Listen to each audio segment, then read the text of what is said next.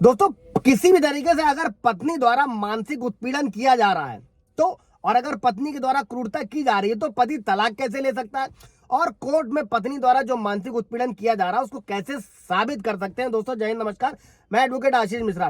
Like कर दीजिएगा, share कर दीजिएगा, सब्सक्राइब कर दीजिएगा ताकि ये इन्फॉर्मेशन और लोगों को मिल सके दोस्तों। और इसी के साथ में आज हम लोग इस वीडियो में दिल्ली हाईकोर्ट के 2 जजमेंट भी समझने वाले हैं जिसमें ये सारी प्रक्रिया को ब्रीफ किया जाएगा। दोस्तों बढ़ते हैं वीडियो के। दोस्तों तलाक जैसा कि आप सभी जानते हो 2 तरीके से लिया जाता है, आपसी समझौते से या फिर कोर्ट के माध्यम से, जिसको एक तरफा तलाक कहते हैं दोस्तों। और आपको जो आपसी समझौते के तहत तलाक होता है दोस्तों, ये कोर्ट के बाहर की प्रक्रिया है जिसमें आपसी समझौते से तलाक का जो काम होता है वो पूरा किया जाता है। इसमें दोनों पक्षों का राजी होना जरूरी है। कुछ कागजी कार्यवाही, आपसी लेन देन की जो प्रक्रिया होती है आसानी से हो जाती है। इसमें समय, धन, परेशानी सभी से बचा जा सकता है। और दोनों पक्ष में से कोई एक पक्ष अगर राजी नहीं होता है तो फिर कोर्ट में तलाक का मुकदमा दायर किया जाता है दोस्तों, जिसमें सभी जो पहलू होते हैं उनकी विवेचना करी जाती है, तब जाकर तलाक की कार्यवाही संपन्न होती है दोस्तों। और कोर्ट के माध्यम से तलाक, जब आपसी सहमति से तलाक संभव नहीं होता है दोस्तों, तब पति या पत्नी कोर्ट की शरण में आते हैं दोस्तों। और कोर्ट में तलाक के जो सारे चरण होते हैं, कानूनी लीगल रास्ते होते हैं, उन्हीं के तहत आगे बढ़ा जाता है दोस्तों। और ऐसे में करना क्या होता है, कोर्ट में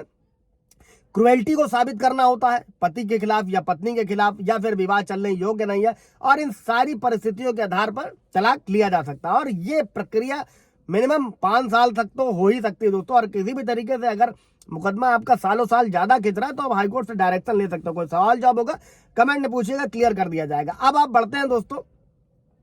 अगर झूठ बोलकर या दबाव बनाकर विवाह कराया गया है दोस्तों तो ये तलाक का कारण हो सकता है। अगर विवाह के बाद पति या पत्नी किसी के साथ और रह रहे, अडल्ट्री है, अनैतिक संबंध है, ऐसे में किया जा सकता है।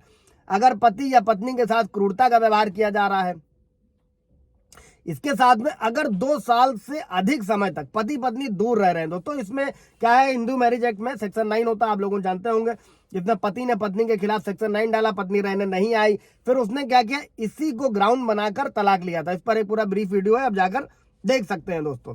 अभी बढ़ते हैं दोस्तों कि अगर 2 साल से अधिक समय से अलग रह रहे पति पत्नी, तो इस पर मैंने आपको बता दिया। इसके बाद में अगर पति या पत्नी दूसरे धर्म को स्वीकार कर लेते हैं, किसी बीमारी से ग्रसित है, किसी धर्माश्रम में जाके रहने लगे, वाला संसार का परित्याग कर दिया, 7 साल की समय तक गायब है। फिलहाल ये सब चीजें तो एक अलग चीज है, ये सब कानूनी पहलू है, लेकिन मेन समझते हैं कि क्रुएल्टी को आप साबित करके या फिर सेक्शन 9 का बेनिफिट लेके आप कैसे तलाक ले सकते हैं और झूठे मुकदमों को भी खत्म करा सकते हैं।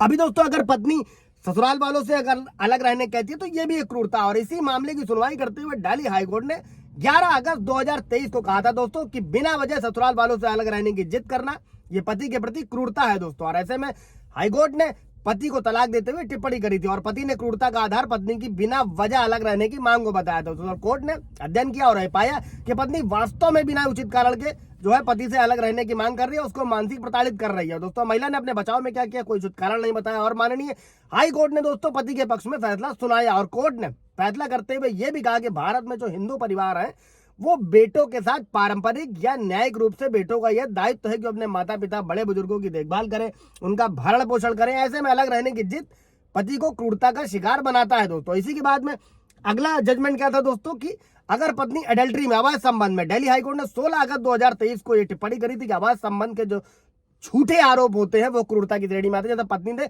पति पर झूठे आरोप लगाए थे दोस्तों, और कोर्ट ने पत्नी द्वारा पति पर लगाए जा रहे जो भी अवैध संबंधों के झूठे आरोप थे उनको क्रूरता कहा। और कोर्ट ने माना कि पति पत्नी के बीच में विश्वास और आस्था का संबंध होता है, ये वैवाहिक रिश्ते को कायम करता है दोस्तों। और इसमें अंधविश्वास का कारण दरार पड़ती है जो पति या पत्नी को मानसिक रूप से प्रताड़ित करती है, और ये क्रूरता की श्रेणी में दोस्तों। यानी कि साधारण शब्दों में समझे तो पत्नी ने पति पर झूठे एडल्ट्री के आरोप लगाए थे, जिसमें दिल्ली हाईकोर्ट ने पति को तलाक की याचिका मंजूर करी और इसको क्रूरता माना और पति को तलाक दिया। कोई सवाल जवाब होगा दोस्तों इससे रिलेटेड पूछिएगा।